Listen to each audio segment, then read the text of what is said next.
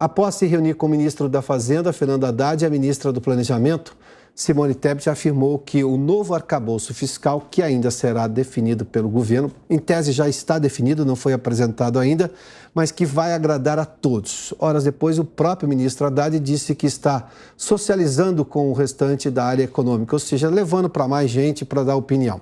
Para debater expectativas sobre essas novas regras fiscais da economia, que vão substituir o teto de gastos, a gente está conosco agora Jason Vieira, o economista-chefe da Infinity Asset. Jason, seja bem-vindo. Boa tarde a você.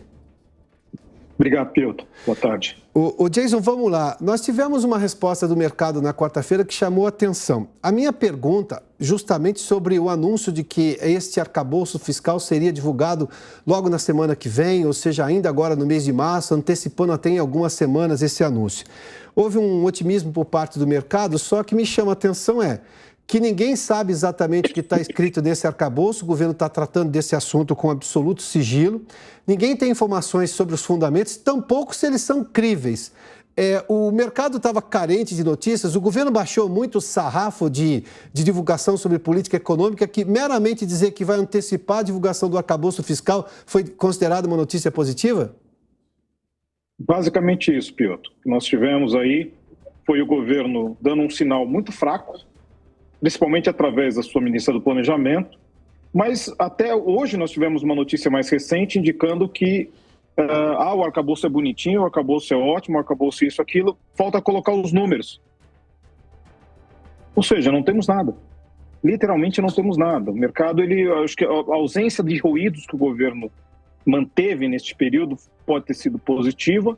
Havia muita expectativa em relação a alguns dados saindo no exterior, e aí quando tivemos esse número agora, essa promessa agora, muitos do mercado se embarcaram nessa. Mas na realidade é que nós não temos muita coisa. Ô Jason, vamos lá. Faltou só colocar os números num negócio que se chama arcabouço fiscal, então só tem uma ideia. Mas ideia não paga conta, vamos ser claros aqui, vou usar uma expressão mais de uso comum aqui. Eu preciso saber quais são as metas e, mais que as metas, aí sim os fundamentos também comprovados em números para saber se aquilo vai ter efetividade, não é isso? Sim, porque o que temos nesse momento, primeiro, é o viés de um governo que vai tentar fechar as contas através da receita e não da despesa. Esse é um ponto muito relevante a se levar em consideração. A gente sabe que eles têm a tendência de levar para este lado. Outro ponto importante, seria importante uma sinalização de médio e longo prazo para que desse garantias a que o Banco Central tivesse condições de começar a cortar juros. E o mercado, de certa maneira, começou a achar que isso poderia acontecer também, mas o IPCA de hoje, mais forte do que a mediana do mercado, praticamente ali próximo às nossas projeções, colocou um pouco de freio, porque há uma inflação de serviços ainda bastante latente, ainda que haja um alívio grande da inflação cheia, que é através de energia e de alimentação, mas a inflação que foi mostrada agora não é uma inflação que daria, por exemplo, condições de um corte de juros muito em breve.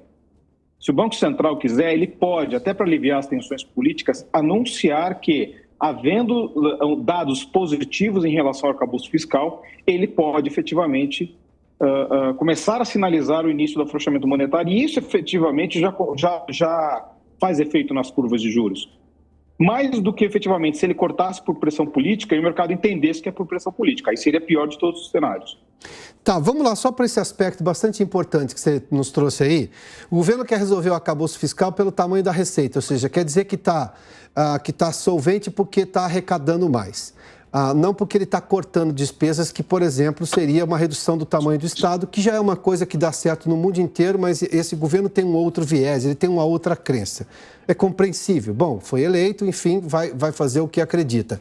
Agora, eu preciso de um crescimento pujante da economia. E daí eu preciso de, primeiramente, segurança institucional, estabilidade institucional. O presidente não contribuiu com isso naquelas críticas completamente sem noção, em que ele não se referia ao presidente do Banco Central, nem usando o próprio nome do presidente do Banco Central, Roberto Campos Neto. Era, se não me engano, não era o cara, como é que ele dizia? Aquele cidadão. Vamos lá, para a expressão dele. O governo continua gastando, fez agora um acordo com relação aos estados para recomposição do ICMS, mas sem que os estados tenham dado uma contrapartida de redução do gasto, porque isso vai sair do Tesouro, essa compensação. Ou seja, eu tenho uma série de coisas, além de segurança jurídica, que no Brasil tivemos do Supremo Tribunal Federal uma reavaliação sobre pagamento de impostos, o assunto já estava terminativo na Justiça, mas se o Supremo entender de forma diferente, você paga não só a partir de lá, como paga o atrasado também. Imagina só como é que é isso do ponto de vista de planejamento tributário das empresas. Num país que quer discutir a reforma tributária nesse momento, imagina só. Eu não estou dando nenhuma razão para o país crescer. Esse é o problema. E como é que eu vou resolver isso na receita sem cortar despesa, sendo que eu não estou conseguindo dar ideias para o país conseguir crescer de forma sustentável, ou seja, com redução de burocracia, redução de impostos, capacidade de financiamento sem segurança jurídica? É interessante que toda vez que se comenta sobre o arcabouço fiscal, eles acabam falando sobre a reforma tributária. E a reforma tributária, sim, ela é muito importante, ela tem um dos principais artífices da própria reforma dentro do governo, que é o Bernardo Api. A reforma dele é uma das melhores, com algumas adaptações, mas o governo precisa lembrar uma coisa. Primeiro que o governo anda falando como se ele só apresentasse alguma coisa e já começasse a funcionar, esquecendo que isso precisa passar pelo Congresso.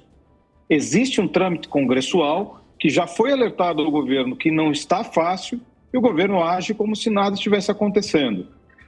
Não só essa questão, esse arcabouço fiscal, se nós entendemos que falta colocar o número, ou seja, ele só é conceitual, ele não tem dados ainda mais concretos, ou seja, vamos ver o que dá para fazer, em cima disso fazemos conceitualmente alguma coisa, depois a gente põe o número.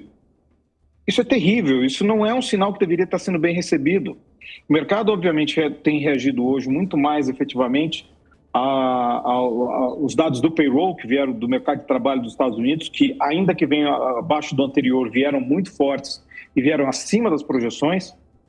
E ainda nós temos o caso no exterior do Silicon Valley Bank, que é o banco do Vale do Silício, que praticamente quebrou. Então, ou seja, há motivos para reações mais pesadas do mercado hoje, mas o que estranha foi a reação positiva do mercado durante a semana em cima de uma notícia extremamente frívola. Ou seja, faltou substância, foi por uma promessa. Ou seja, o governo passou o tempo sem falar, sem gerar ruído, e o primeiro sinal que ele emitiu foi um sinal levemente positivo. E aí o mercado embarcou nessa. Mas eu não vejo, por exemplo, ainda espaço para dizer que o Banco Central pode começar a cortar juros em breve. Agora, Odísio, por que o mercado embarcou nessa? O que leva alguém a... É uma crença? É uma aposta? Diante de poucas notícias, qualquer coisa vale a pena? Porque nós estamos falando de um mercado que tem que fazer conta todo dia. Ele tem que defender o interesse do investidor, o que é absolutamente legítimo. É difícil mensurar que parte dos players entraram nessa, o tamanho deles e o quanto eles pesam no mercado, para o resto do mercado não ter que, pelo menos naquele momento, acabar acompanhando para não perder dinheiro. Isso é uma realidade que nós temos no mercado que muitas vezes acaba sendo bastante significativa. Mas é difícil ter uma mensuração específica do porquê o mercado embarcou naquele momento específico com tão pouca notícia. Pode ser exatamente isso, a ausência de ruído pode ter gerado uma notícia pequena como algo muito positivo. A conversa do Campos Neto também com o Haddad foi considerada positiva. Gente, eu acho que é mais ou menos as pessoas começarem a achar que está ok, achar maravilhoso a pessoa fazer o próprio trabalho. Não, tem que haver uma harmonia entre o Banco Central e o Ministério da Fazenda, não tem que haver conflito entre os dois estarem conversando é o mínimo que deveria estar acontecendo.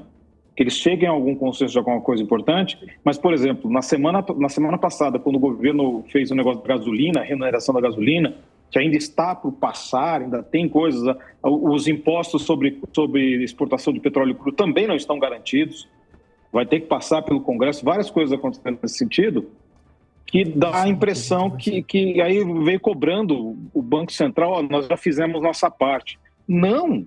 Mas nem de perto fizeram a própria parte, existe muita coisa para ser feita ainda.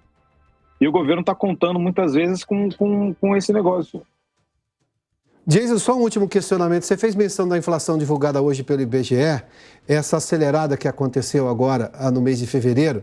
o IBGE apontou educação, é sazonal isso daí, mas é sazonal só que para o mês que vem, mesmo que a inflação não venha tão forte, o mês agora de março vai ser divulgado só em abril o dado final, eu já tive uma perda de poder de compra das pessoas aí, que isso não vai ser recuperado, a menos que eu tenha uma deflação na área de educação, que também não vai acontecer das mensalidades ficarem mais baratas a partir de março. Não faz nenhum sentido esperar isso daí. Como é que eu lido com isso tudo em relação ao Banco Central, que vai olhar para o índice inflacionário, mas com a sensação das pessoas com menor poder aquisitivo, ou seja, menor poder de compra, o que vai fazer com que elas gastem menos. Se elas gastam menos, eu tenho menor crescimento. O consumo das famílias pesa por demais no PIB. É exatamente o ponto que o governo tem batido muito. Se o Banco Central já não chegou num ponto em que ele está atrapalhando a atividade econômica através dos juros altos e, ao mesmo tempo, se pensa por que também a inflação não estaria atrapalhando. A inflação ela é pior do que o juro alto. É esse equilíbrio que as pessoas não entendem muitas vezes.